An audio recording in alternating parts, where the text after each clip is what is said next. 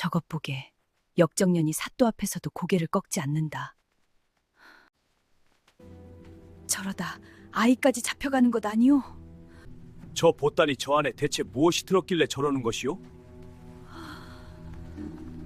그 자리에 있던 누구도 숨을 쉬지 못했습니다.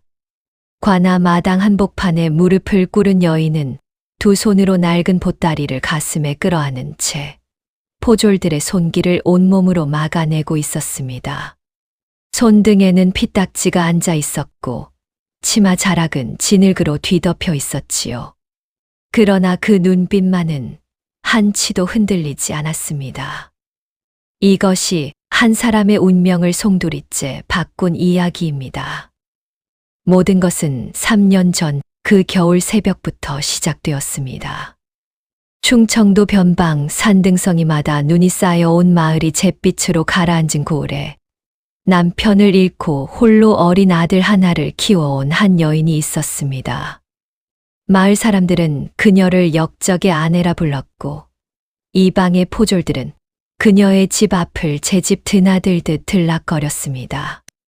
그러나 그 여인은 단 하루도, 단 한순간도 남편이 역적이라는 말을 믿지 않았습니다. 그리고 그녀의 가슴 속에는 단 하나, 남편이 떠나며 맡긴 낡은 보따리 하나가 있었습니다. 그녀의 이름은 선영이었습니다. 겨울이 깊게 내려앉은 어느 밤이었습니다. 충청도 변방의 이름 모를 마을 끝자락, 다 쓰러져가는 초가집 한 채가 위태롭게 버티고 있었습니다. 석갈에는 이미 반쯤 썩어 금방이라도 지붕이 내려앉을 듯했고 문틈 사이로는 황소바람이 사정없이 들이쳐 방 안의 온기를 가혹하게 빼앗아 갔습니다. 창호지는 군데군데 찢어진 채 억지로 붙어 있었고 구들장은 온기를 잃은 지 오래였지요.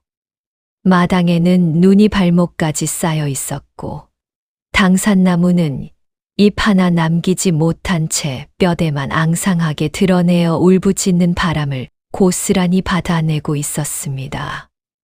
그 어둠 속에서 오직 촛불 하나만이 위태롭게 타올라 이 집에 아직 사람이 살고 있음을 간신히 증언하고 있었습니다. 방 안에는 선영이 있었습니다. 그녀는 아들 시운을 품에 꼭 안은 채 벽에 등을 기대고 있었습니다. 8살 아이의 입술이 보랏빛으로 변해 있었습니다. 선영은 자신의 숨결로 시운의 귓불을 데워주면서 속으로 아이가 잠들기를 빌고 또 빌었습니다. 차라리 자는 동안은 배고픔도 추위도 느끼지 못할 테니까요. 선영의 손등에는 피딱지가 앉아 있었습니다. 남의 집 빨래를 하다 물에 얼어터진 손이었습니다. 발바닥에는 집신이 달아 생긴 물집 자국이 가득했습니다. 그 몸으로 하루 종일 일을 해도 저녁 끼니를 챙기지 못하는 날이 더 많았습니다. 오늘도 그런 날이었지요. 선영은 시운의 이마에 뺨을 대었습니다. 아이의 온기가 느껴졌습니다. 살아있다는 것. 그것만이 지금 이 순간 선영이 가진 전부였습니다. 방 구석에는 낡은 보따리 하나가 놓여 있었습니다. 뎁 구정물이 흐르는 군데군데 헤어진 무명 보따리였습니다. 그 안에 무엇이 들었는지 선영은 알지 못했습니다. 그러나 그것은 그녀에게 단순한 짐이 아니었습니다. 남편이 맡기고 간 것. 남편이 아직 어딘가에 살아있다는 유일한 증거. 이 겨울을 버텨낼 수 있는 마지막 이유였습니다. 박충현이 떠난 것은 3년 전 겨울이었습니다. 그날 새벽, 아직 먼 동도 트지 않은 인시의 고요 속에서 충현은 선영을 깨웠습니다.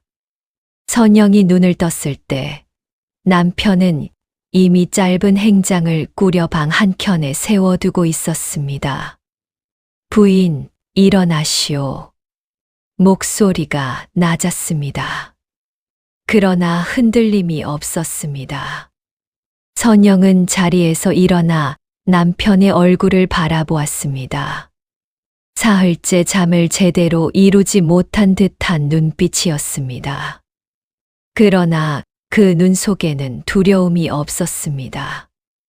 오히려 무언가를 단단히 결심한 사람의 고요함이 있었지요. 한양으로 가야 하오. 서방님, 나라에 큰일이 있소.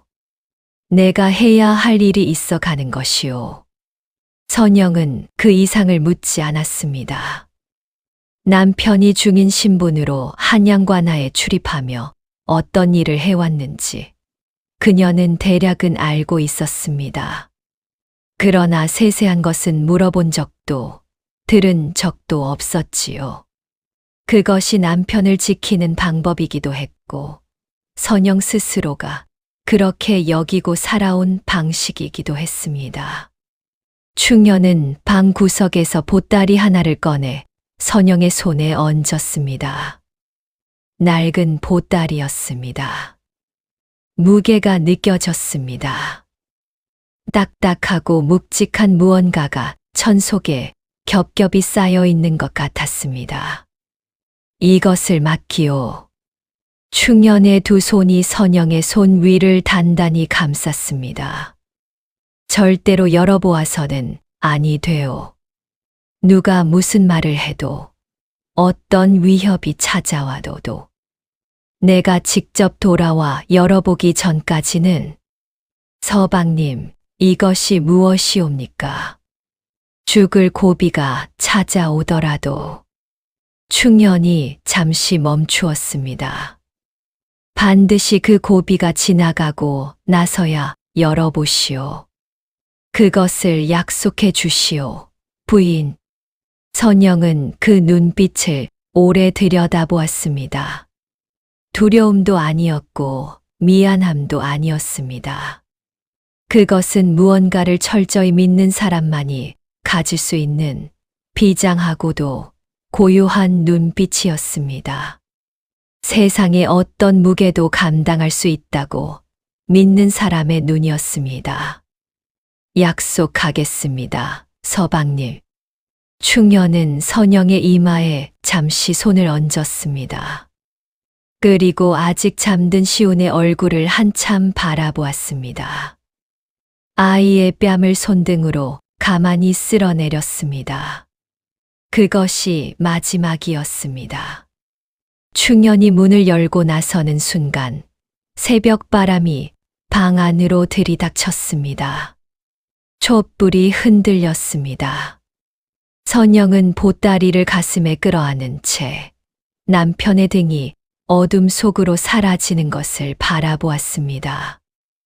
서방님. 그러나 이미 발소리는 들리지 않았습니다. 그날 이후로 선영은 보따리를 단 한 번도 곁에서 떼어놓지 않았습니다. 충년이 떠난 지 석 달도 되지 않았을 때였습니다. 새벽녘 말발굽 소리가 마을 어귀에서부터 빠르게 가까워졌습니다. 선영이 잠에서 깨어 눈을 뜨는 순간 대문이 부서질 듯 두드려졌습니다. 박충현의 처선영은 들어라.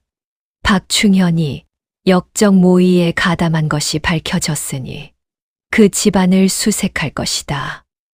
선영의 몸이 굳었습니다. 발이 땅에 붙었습니다. 포졸들이 쏟아져 들어왔습니다. 방 안이 발길질로 뒤집혔습니다. 뒤주가 엎어졌고 광의 단지가 깨어졌습니다. 포졸들은 바닥 아래까지 뒤졌습니다. 선영은 보따리를 치마 안에 숨기고 벽에 등을 붙인 채 시운을 뒤로 감추었습니다. 이것은 무엇이냐? 포졸 하나가 선영의 치마 아래 보따리를 발견하고 잡아챘습니다. 놓아주십시오. 선영이 달려들었습니다. 그러나 포졸은 선영을 밀쳐내고 보따리를 들어 올렸습니다. 이것도 가져가야 할 것 같구나. 그것은 남편이 맡긴 것이옵니다. 영모와 아무 관계가 없사오니 제발. 역적의 집 물건은 모조리 나라 것이다. 그때였습니다. 포졸들을 이끌고 온 관리가 앞으로 나섰습니다. 그는 보따리를 한참 들여다보더니 이내 내려놓았습니다. 낡은 보자기 하나에 시간 낭비할 것 없다. 가자. 그것이 첫 번째 기적이었습니다. 포졸들이 물러나고 마당에는 뒤집힌 살림들만 어지러이 흩어져 있었습니다. 선영은 무너진 마당 한가운데 앉아 보따리를 품에 꼭 안았습니다. 시운이 울음을 터뜨렸습니다. 선영은 아이를 끌어안으면서도 눈물을 흘리지 않았습니다. 울고 있을 겨를이 없었습니다. 그날부터 마을이 달라졌습니다. 역적의 아내, 그 한마디가 선영의 삶을 바꾸어 놓았습니다. 마을 사람들은 하나둘 등을 돌렸습니다. 빨래를 맡기던 집들이 문을 닫았습니다. 장터에 나가면 상인들이 눈길을 피했고 아이들은 시운을 역적의 자식이라며 돌을 던졌습니다. 선영은 시운의 손을 잡고 고개를 꼿꼿이 세운 채 걸었습니다. 그러나 집으로 돌아오면 방문을 닫고 벽에 기대어 눈을 감았습니다. 온몸이 무겁고 시렸습니다. 남편은 역적이 아닙니다. 그 믿음 하나가 선영을 버티게 했습니다. 이방 노만술이 처음 찾아온 것은 충현이 끌려간 그해 가을이었습니다. 그는 선영의 마당에 들어서며 마치 제 집 드나들듯 팔짱을 끼고 사방을 둘러보았습니다.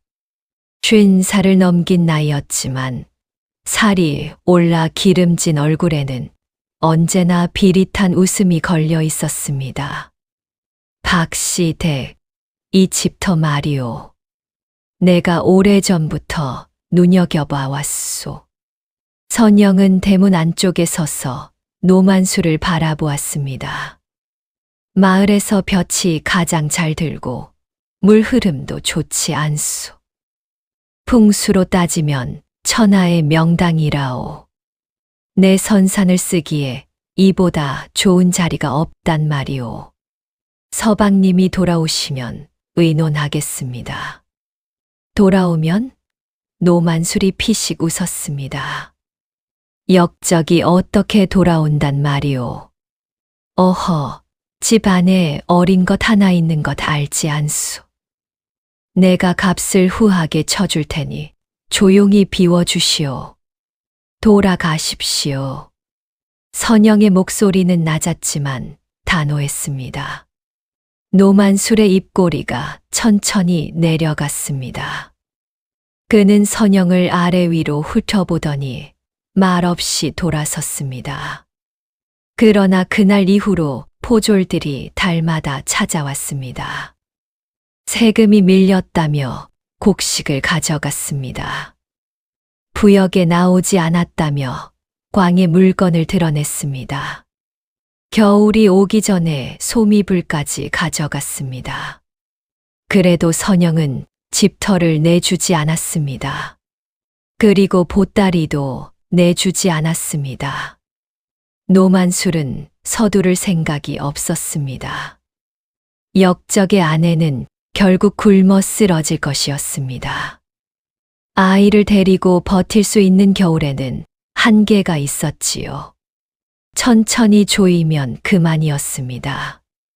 그것이 그의 방식이었습니다. 두 번째 겨울이 찾아왔습니다. 선영은 새벽마다 냇가로 나가 얼음을 깨고 빨래를 했습니다. 처음에는 동네 안악들의 빨래를 받아주었지만 역적 아내의 손이 닿은 것이 꺼림칙하다는 소문이 돌면서 그마저도 끊겼습니다. 선영은 마을 밖으로 나가 더 먼 곳의 집들을 찾아다녔습니다.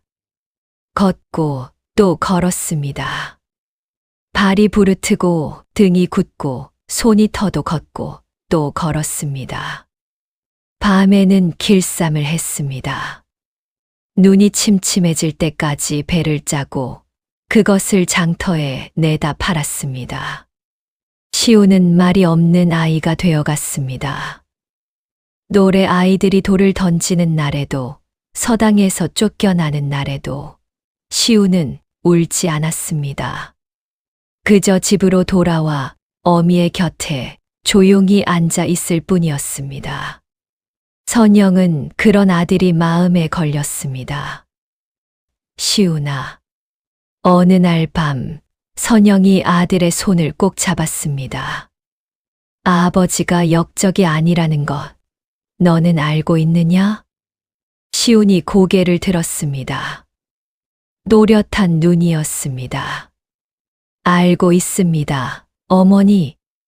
아버지는 반드시 돌아오실 것이다. 그때까지 우리는 이 자리를 지켜야 한다. 시우는 말없이 고개를 끄덕였습니다. 그 고개짓이 너무 단단해서 선영은 가슴이 저려왔습니다. 8살짜리 아이가 짊어지기에는 너무 무거운 고개짓이었습니다. 선영은 그날 밤 보따리를 무릎 위에 올려두고 오래 바라보았습니다. 얼마나 많은 날을 이 보따리를 안고 버텼는지, 얼마나 많은 밤을 이것에 기대어 잠이 들었는지. 서방님, 저는 지키고 있습니다. 선영이 2번째 겨울을 버티는 동안 한양에서는 다른 이야기가 흘러가고 있었습니다. 박충현은 한양의 옥에 갇혀 있었습니다. 그러나 그것은 세간에 알려진 것과 달랐습니다. 충현은 역적으로 잡혀든 것이 아니었습니다. 그는 임금의 밀명을 받아 충청도 고을에 만연한 탐관오리의 비리를 조사하던 중 자신의 신분이 노출될 위험에 처하자 스스로 역적 혐의를 뒤집어 쓰는 방식을 택했습니다. 옥에 갇혀 있는 편이 바깥에서 쫓겨다니는 것보다 안전했기 때문입니다. 그리고 그것이 임금과 맺은 비밀 약속이기도 했습니다. 임무가 시작되기 전 임금은 충현에게 마패 하나를 내렸습니다. 5마리의 말이 새겨진 노스의 마패였지요. 임금의 신임을 받은 충신에게만 내리는 것으로 어느 지방에서든 그것을 보이면 어사의 권한에 준하는 처분을 내릴 수 있는 증표였습니다. 충현은 그 마패를 선영에게 맡겼습니다. 한양으로 떠나던 그 새벽, 낡은 보따리 속 겹겹이 쌓인 천 아래 깊숙이 넣어두고 떠난 것이었지요. 설령 자신이 옥에서 끝내 나오지 못하더라도 그 마패가 진실을 증언할 수 있다는 것을 알고 있었습니다. 그래서 세상에서 가장 믿을 수 있는 사람에게 맡긴 것이었습니다. 그러나 충현의 계획에는 예상치 못한 변수가 생겼습니다. 옥에 갇힌 지 2년이 지날 무렵 충현의 건강이 급격히 나빠졌습니다. 차가운 옥바닥에서 겨울을 2번 보내는 동안 폐가 상했습니다. 그는 옥조를 통해 마지막 기별을 전하려 했습니다. 그러나 노만술과 결탁한 사또 임병주가 충현의 연락을 모두 막아버렸습니다. 사또 역시 충현의 정체를 어렴풋이 눈치채고 있었습니다. 충현이 살아서 나가는 것이 두려웠습니다. 결국 박충현은 옥에서 세상을 떠났습니다. 그러나 그는 마지막까지 믿었습니다. 선영이 보따리를 지킬 것이라고. 그리고 언젠가 반드시 그 진실이 세상에 드러날 것이라고. 충현이 옥에서 세상을 떠난 직후 한양에서는 조용히 움직임이 있었습니다. 임금은 충현으로부터 마지막 보고를 받지 못했지만 충청도 고을의 부패는 이미 심각한 수준이라는 정보를 여러 경로로 파악하고 있었습니다. 임금은 젊은 어사 오태현을 불렀습니다. 그대가 충청도로 가거라. 오태현은 33세 나이에 이미 2번의 암행을 마친 경험 있는 어사였습니다. 키가 크고 눈빛이 날카로웠지만 필요할 때는 어떤 모습으로도 변할 수 있는 사람이었습니다. 충현이 남긴 마패가 아직 어딘가에 있을 것이다. 그것을 찾아라. 오태현은 임금 앞에 엎드렸습니다. 반드시 찾아 돌아오겠습니다. 오태현은 낡은 속옷을 걸치고 충청도 변방을 향해 길을 떠났습니다. 아무도 모르게 아무런 표시도 없이 거지처럼 나그네처럼 떠돌이처럼 고을에 도착한 오태현은 사또 임병주의 죄목을 하나씩 확인해 나갔습니다. 스세곡 착복, 뇌물수수, 부당한 부역 강제, 무고한 백성 투. 그 모두가 사실이었습니다. 그리고 이방 노만술의 집터 강탈 행각도 파악되었습니다. 그러나 결정적인 것이 하나 없었습니다. 마패였습니다. 충현이 마패를 어디에 남겼는지 알 수 없었습니다. 오태현은 충현의 가족을 찾았습니다. 역적의 아내로 마을 끝자락에서 겨울을 버티고 있는 여인. 그녀가 무언가를 가지고 있을 것이라고 직감했습니다. 3번째 겨울이 왔습니다. 그리고 그 겨울, 마침내 노만수리 포졸들을 이끌고 들이닥쳤습니다. 이른 새벽빛이 채 마당을 덮기도 전에 대문이 발길질로 부서지는 소리가 들렸습니다. 선영이 보따리를 품에 넣고 뛰쳐나가자 노만술이 포졸 4명을 앞세우고 마당 한복판에 버티고 서 있었습니다. 밀린 세금 쌀 새 섬이요. 오늘 안으로 내놓지 못하면 이 집터에서 당장 나가시오. 선영은 맨발로 눈 위에 무릎을 꿇었습니다. 손이 얼어터져 피딱지가 앉아 있었습니다. 날이 방 안에 쌀 한 톨이 없사옵니다. 기한을 조금만 더 주시면 품을 팔아서라도 마련하겠사오니. 기한? 노만술이 입꼬리를 비틀며 웃었습니다. 기한을 이미 3번이나 늘려주었소. 이번에는 안 돼요. 포졸들이 방 안으로 들어갔습니다. 하나뿐인 솥단지가 마당으로 내던져졌습니다. 낡은 뒤주가 부서졌습니다. 시운이 겁에 질려 선영의 치맛자락을 2 손으로 움켜쥐며 울음을 터뜨렸습니다.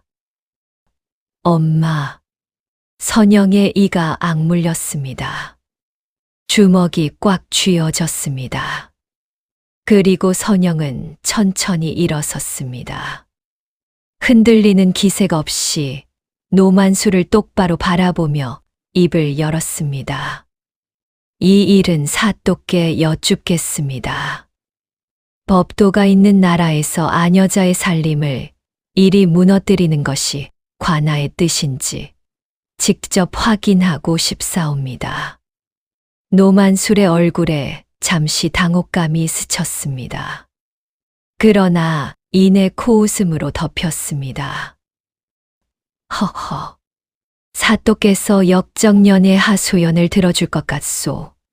가서 실컷 무릎이나 꿇어보시오. 선영은 시운의 손을 꼭 잡고 걷기 시작했습니다. 관아까지는 고개 2개를 넘어야 했습니다. 발 아래 눈이 뽀드득 소리를 냈고 바람은 정면에서 불어와 숨을 막았습니다. 맨발로 뛰쳐나온 탓에 집신도 제대로 못 쉬는 선영의 발끝이 눈 속에서 금세 얼어들었습니다. 시우는 한마디도 하지 않고 엄마 곁을 지켰습니다. 8살 아이가 한두 번 발이 미끄러졌지만 선영의 손을 꼭 붙든 채 넘어지지 않으려 애를 썼습니다. 넘어질 것 같을 때마다 이를 악물고 몸을 바로 세웠습니다. 그 모습이 선영의 가슴을 저리게 했습니다. 첫 번째 고개를 다 올랐을 때였습니다. 길 한켠에 낡은 소모 차림의 노인이 쓰러져 있었습니다. 낮은 신음 소리가 새하얀 눈밭 위로 가늘게 번졌습니다. 선영은 걸음을 멈추었습니다.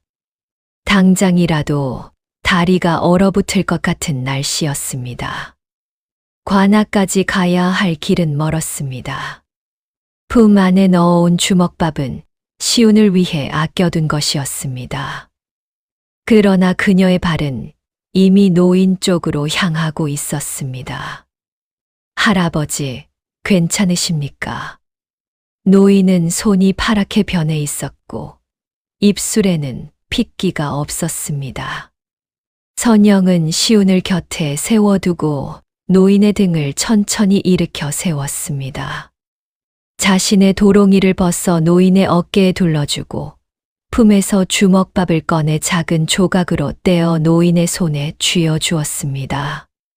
시우는 아무 말 없이 자신의 저고리 소매로 노인의 손을 감싸 쥐었습니다. 8살짜리 아이의 작은 손이었지만 그것으로 충분했습니다. 노인은 힘겹게 눈을 들어 선영을 바라보았습니다. 흐릿하던 눈빛이 잠시 선명해졌습니다. 고맙소, 부인. 어서 드십시오. 몸이 녹아야 일어나실 수 있습니다. 노인은 느리게 주먹밥을 씹으며 선영의 품에 안긴 낡은 보따리를 한 번 훑어보았습니다. 그리고 나직하게 중얼거렸습니다. 부인, 부디 그 보따리를 끝까지 지키시오. 선영은 그 말에 멈칫했습니다. 낯선 노인이 보따리를 알아볼 리가 없었습니다.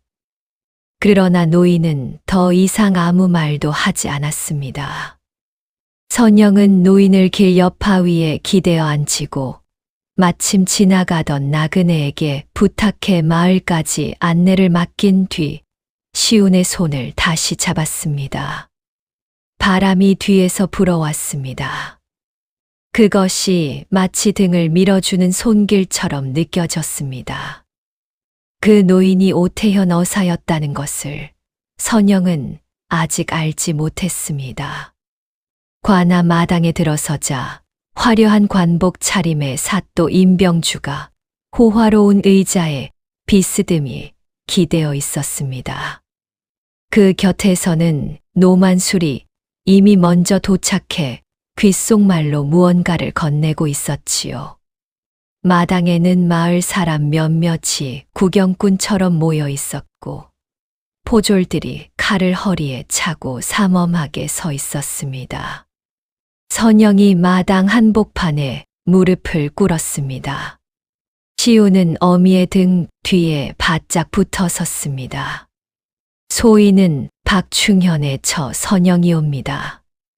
이방 노만술이 세금을 빌미로 소인의 집 살림을 모두 내던지고 집터에서 나가라 하였사오니 사또 대감께서 법도에 따라 살펴주시기를 청하옵니다. 사또는 수염을 천천히 쓰다듬었습니다. 역적의 아내가 관아에 하소연을 하러 왔구나. 허허. 주변에서 낮은 웃음소리가 흘러나왔습니다. 노만술의 입꼬리가 올라갔습니다. 그래, 밀린 세금은 어찌할 것이냐. 사또 대감 소인의 집은 지난 2해 동안 곡식을 비롯하여 솥단지와 이불까지 수탈을 당했사옵니다. 이것이 나라의 법도라면 소인은 물론 받아들이겠으나 만약 이것이 법도가 아니라면 법도, 사또의 목소리가 날카롭게 잘라 들어왔습니다. 역적의 집 재산을 몰수하는 것이 법도다. 내가 법도를 운운하느냐?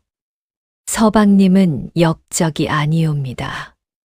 조용한 목소리였습니다.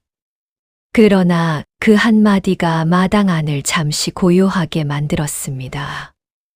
사또의 눈이 가늘어졌습니다. 증거가 있느냐? 선영의 손이 보따리 위에 얹혔습니다. 그리고 선영은 입을 다물었습니다. 아직이었습니다. 아직 열어서는 안 된다는 직감이 온몸을 타고 흘렀습니다. 증거가 없다면 입을 다물어라. 그 보따리에는 무엇이 들었느냐? 영모에 쓸 문서라도 숨겨놓은 것이냐? 노만술이 앞으로 나섰습니다. 사또 대감, 저 여인이 무슨 일이 있어도 그 보따리를 내놓지 않는 것이 수상하지 않사옵니까? 억지로 열어보심이 마땅할 것 같사옵니다. 사또는 눈을 가늘게 뜨며 선영을 훑어보았습니다. 그 눈 안에서 무언가를 재고 있는 빛이 스쳤습니다. 이내 사또의 손이 천천히 올라갔습니다. 열어 보여라. 사또의 명이 떨어지자 포졸 둘이 달려들어 선영의 손에서 보따리를 낚아챘습니다. 아니 됩니다. 선영이 비명을 질렀습니다. 그녀는 뛰어들어 포졸의 팔을 붙잡았지만 거칠게 밀쳐졌습니다.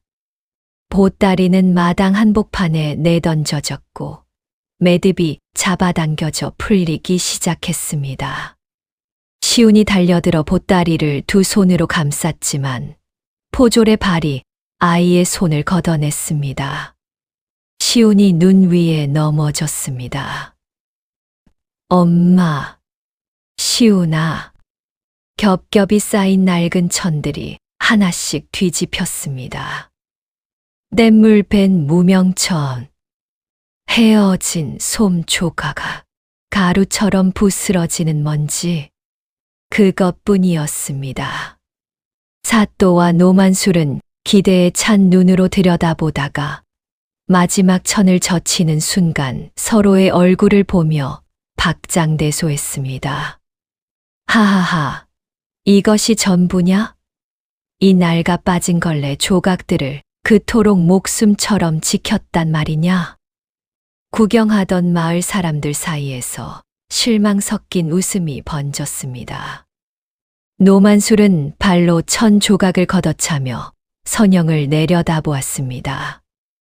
역적의 아내가 관할을 희롱한 죄, 사또 대감께서 엄히 다스리셔야 하지 않겠습니까? 사또의 얼굴이 굳었습니다.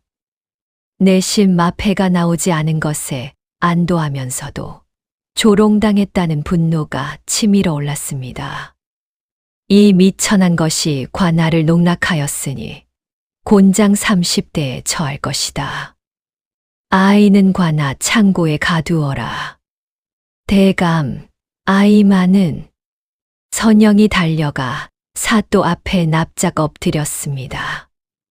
그러나 포졸들은 이미 시운의 팔을 잡아 끌었습니다.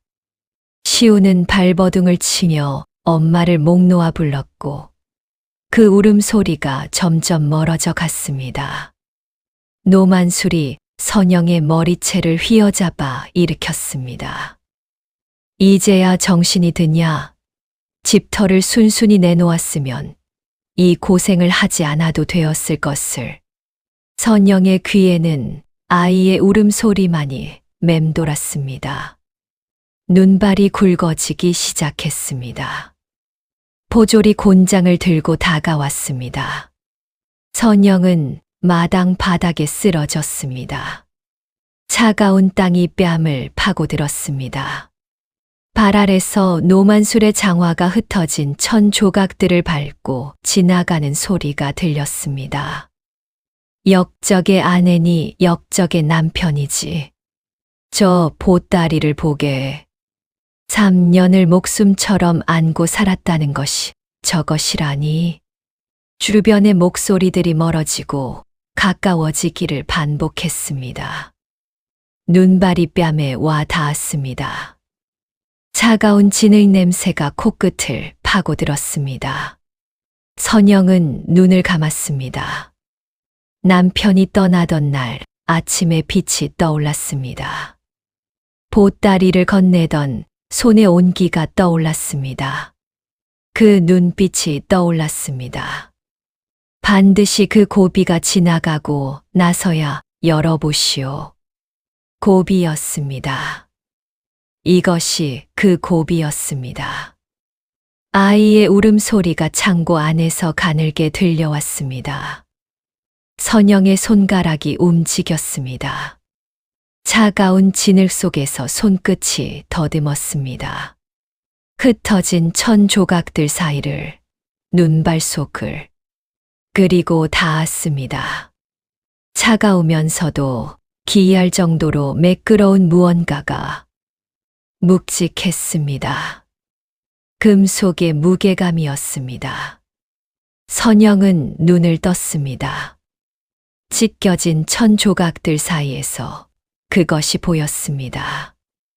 겹겹이 쌓인 낡은 천들 중 가장 안쪽, 노만술의 발길질에 천이 찢어지면서 그것이 드러나려 하고 있었습니다. 선영은 손을 뻗었습니다.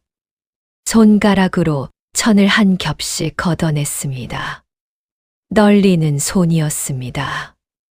그러나 멈추지 않았습니다. 하나, 둘, 셋.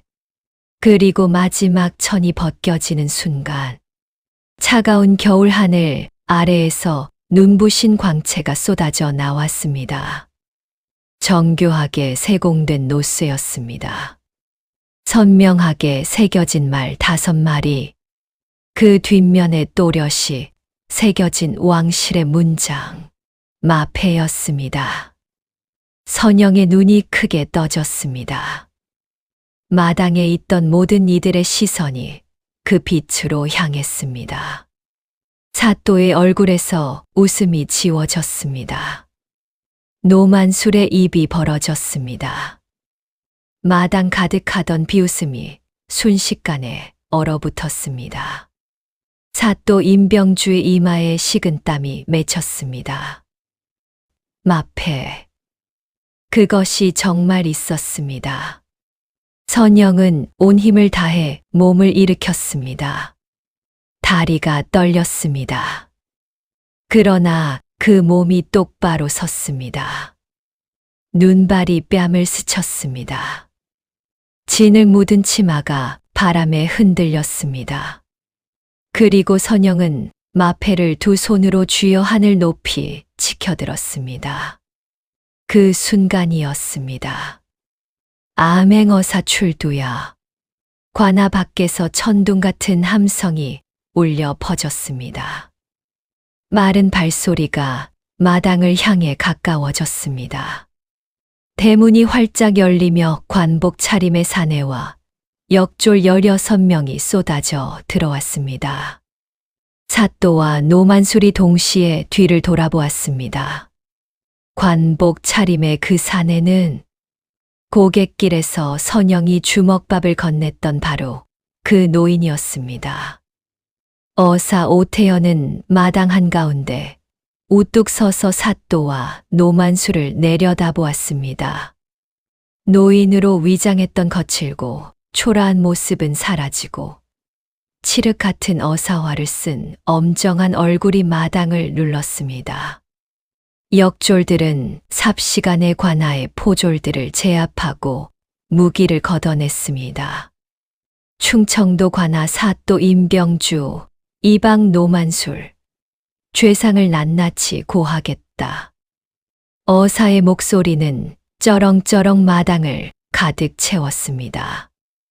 임병주는 지난 4년간 백성의 세곡을 착복하고 뇌물을 받아 억울한 자를 옥에 가두었으며 무고한 박충현을 역적으로 고변하는데 가담하여 충신의 목숨을 앗아간 죄가 있다. 노만술은 이방의 직권을 남용하여 선량한 백성의 재산과 집터를 강탈하고 역적의 아내라는 낙인으로 무고한 여인과 아이를 핍박한 죄가 있다. 이 모두는 본관이 친히 목격하고 수집한 증거이거니와 저 마패가 그 모든 것을 증언하고 있다. 어사가 선영의 손에 들린 마패를 향해 손을 들었습니다. 저 마패는 주상 전하께서 고 박충현에게 직접 하사하신 것이다. 박충현은 역적이 아니었다. 전하의 밀명을 받아 이 고을의 부패를 조사하던 충신이었으며 그 임무를 수행하던 중모함을 받아 옥중에서 순절하셨다. 그 억울함은 하늘에 닿고도 남는다. 마당이 고요해졌습니다. 선영의 눈가에서 눈물이 흘렀습니다. 소리 없이 그러나 멈추지 않고 사또 임병주는 얼굴이 흙빛이 되어 의자에서 굴러 내려왔습니다. 바닥에 이마를 찌으며 살려달라고 애원했습니다. 대감 소인은 그저 시킨 대로 한 것이옵니다. 위에서 역적이라 하니 그리한 것이옵니다. 제발 그 위에서 시킨 자가 누구냐? 오태현의 목소리는 차가웠습니다. 사또는 덜덜 떨며 이름을 댔습니다. 한양의 관리 박충현을 역적으로 고변하는데 실질적으로 관여한 자의 이름이었습니다. 오태현은 역졸에게 즉시 그 이름을 기록하게 했습니다. 노만술은 달아나려다 역졸에게 붙잡혀 두 손이 결박되었습니다. 그는 뒤를 돌아 선영을 보았습니다. 그 눈 속에 무언가가 있었습니다. 후회인지 분노인지 선영은 알 수 없었습니다. 그러나 선영은 그 눈을 피하지 않았습니다. 마을 사람들 사이에서 환호가 터졌습니다. 창고 문이 열리고 시운이 뛰어나왔습니다. 아이는 달려와 선영의 품에 얼굴을 묻었습니다. 선영은 아들을 두 팔로 꼭 끌어안으며 그 자리에서 무릎을 꿇었습니다.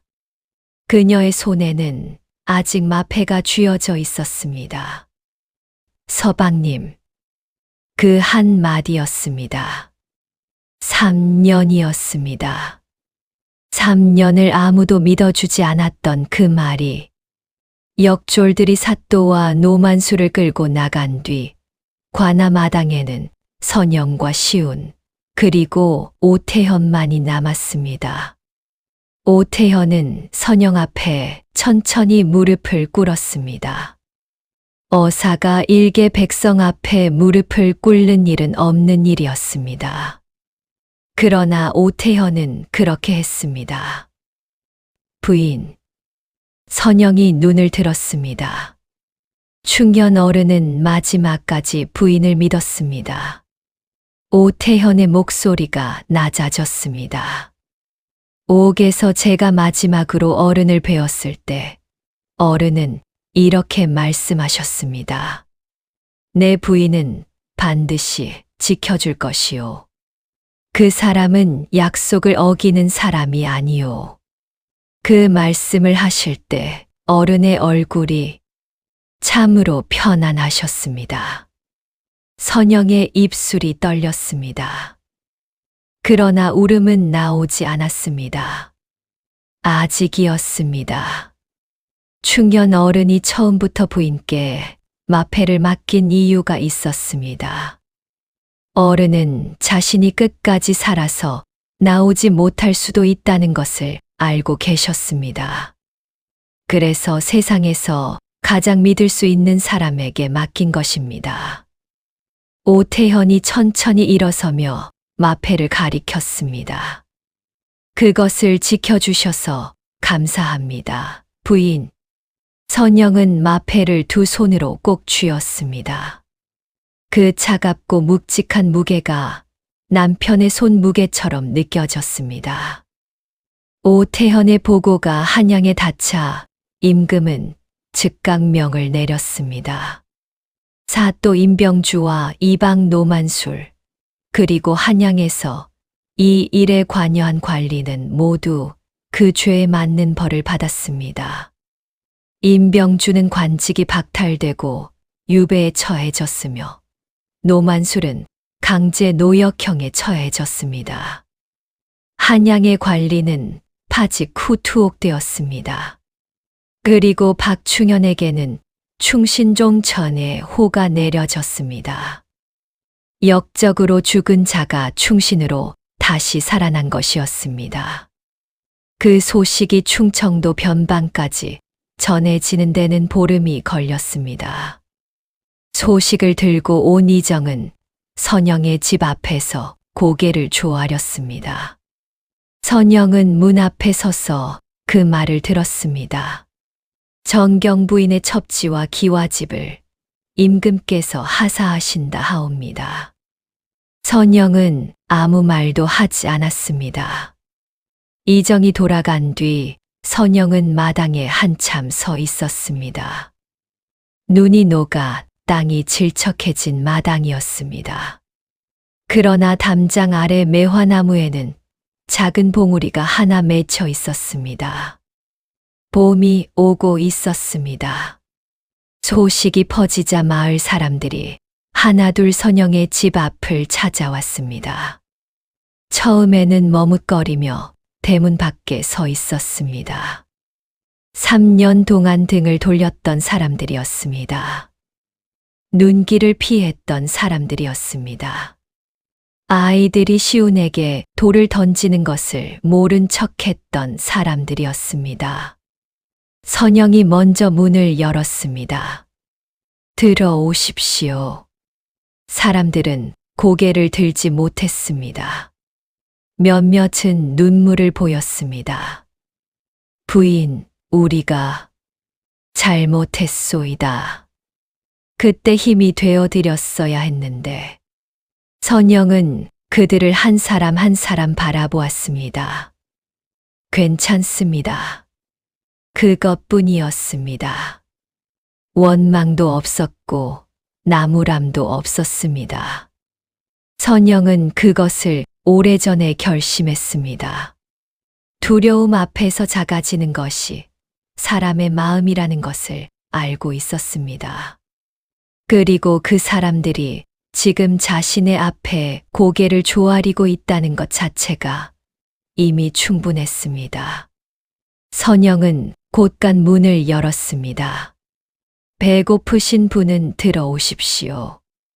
나눌 것이 있습니다. 봄볕이 마당 가득 내려앉은 어느 날 아침이었습니다.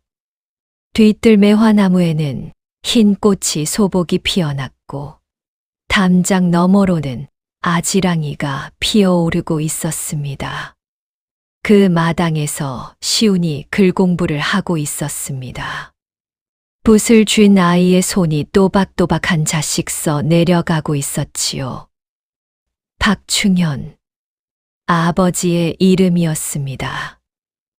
충현, 충직하고 어진 사람이라는 뜻의 이름. 아버지를 지어준 할아버지가 평생 그런 사람이 되기를 바라며 지어준 이름이었습니다. 그리고 그 이름대로 살다 간 사람이었습니다. 시우는 붓을 내려놓고 고개를 들었습니다. 아이의 눈에는 이제 두려움이 없었습니다. 아버지가 역적이 아니라는 것을, 이 세상에서 가장 올곧은 사람이었다는 것을 아들은 이제 알았습니다. 어머니, 시운이 선영을 불렀습니다. 아버지는 어떤 분이셨어요? 선영은 시운 곁에 앉았습니다. 마당에 매화향이 번지고 있었습니다. 약속을 지키는 분이셨다. 선영이 대답했습니다. 어떤 약속이요? 나라에 충성하는 약속. 그리고 선영이 잠시 멈추었습니다. 옳은 일을 하겠다는 약속. 시우는 고개를 끄덕였습니다. 그리고 다시 붓을 들었습니다. 충현. 아이의 붓끝에서 아버지의 이름이 종이 위에 또렷하게 새겨졌습니다. 오태현 어사가 마지막으로 선영의 집을 찾아온 것은 봄이 한창인 날이었습니다. 그는 공식적인 복장을 벗고 평범한 도포 차림으로 왔습니다. 손에는 작은 제주 단지 하나를 들고 있었습니다. 충현 어른의 제를 올리고 싶어 왔습니다. 선영은 그를 안으로 맞았습니다. 남편의 영정은 방 한켠에 모셔져 있었습니다. 그림 속의 충현은 언제나처럼 고요한 눈빛으로 앞을 바라보고 있었습니다. 그 앞에는 작은 향로와 촛대가 놓여 있었지요. 오태현은 영정 앞에 단정히 무릎을 꿇었습니다. 선영도 그 옆에 앉았습니다. 시운도 조용히 그 곁에 자리를 잡았습니다. 향 연기가 가늘게 피어올랐습니다. 오태현이 제주를 따라 영정 앞에 올렸습니다. 그리고 깊이 절을 올렸습니다. 어른, 이제 모두 끝났습니다. 잠시 침묵이 흘렀습니다. 선영은 천천히 마패를 꺼냈습니다. 3년을 품에 안고 다녔던 그것. 가장 추운 밤도, 가장 배고픈 날도 함께했던 그것. 그녀는 두 손으로 마패를 받쳐들고 영정 앞에 조심스럽게 내려놓았습니다. 서방님, 지켰습니다. 그 한마디를 하고 선영은 고개를 숙였습니다. 그리고 비로소 울었습니다. 소리 없이 흘러내리는 눈물이 아니었습니다. 3년을 삼켜온 울음이 한꺼번에 터져 나왔습니다. 가슴 깊은 곳에서 올라오는 모든 것이 끝났다는 것을 처음으로 몸이 받아들이는 울음이었습니다. 시운이 어미의 옆에 바짝 붙어 앉았습니다. 아이는 선영의 손을 조용히 잡았습니다. 작은 손이었지만 그 온기가 선영의 손 전체로 퍼졌습니다. 오태현은 말없이 그 자리를 지켰습니다. 매화 향이 방 안으로 스며들었습니다. 봄바람이 창호지를 살며시 흔들었습니다. 영정 속의 충현은 여전히 고요하게, 그러나 이제는 어딘가 편안한 눈빛으로 앞을 바라보고 있는 것 같았습니. 겨울은 완전히 물러갔습니다. 선영의 집 마당에는 따스한 봄볕이 넘쳐 흘렀습니다. 새로 지어진 기와집은 아직 나무 냄새가 났고 마당 한켠에는 매화나무가 만개해 있었습니다. 담장 너머로 보이는 논에는 물이 들어차기 시작했고 먼 산에서는 뻐꾸기 소리가 들렸습니다. 선영은 마루에 앉아 먼 산을 바라보고 있었습니다. 3년이 지나갔습니다.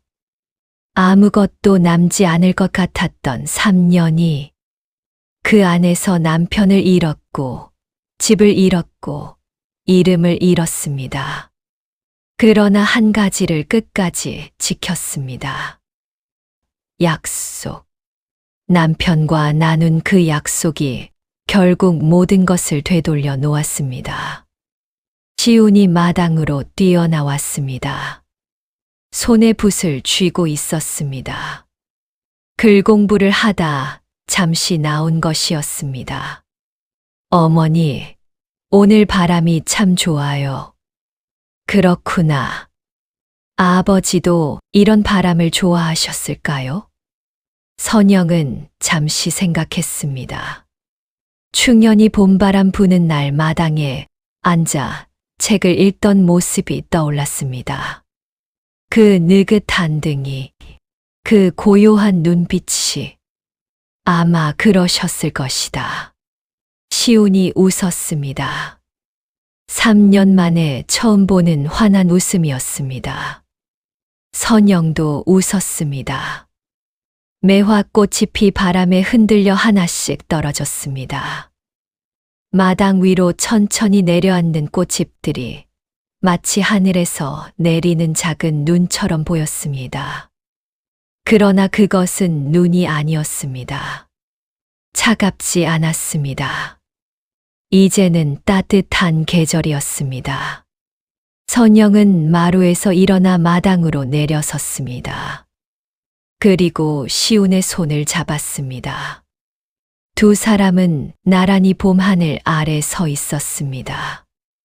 아버지의 이름을 되찾은 아들과 남편의 약속을 지켜낸 아내.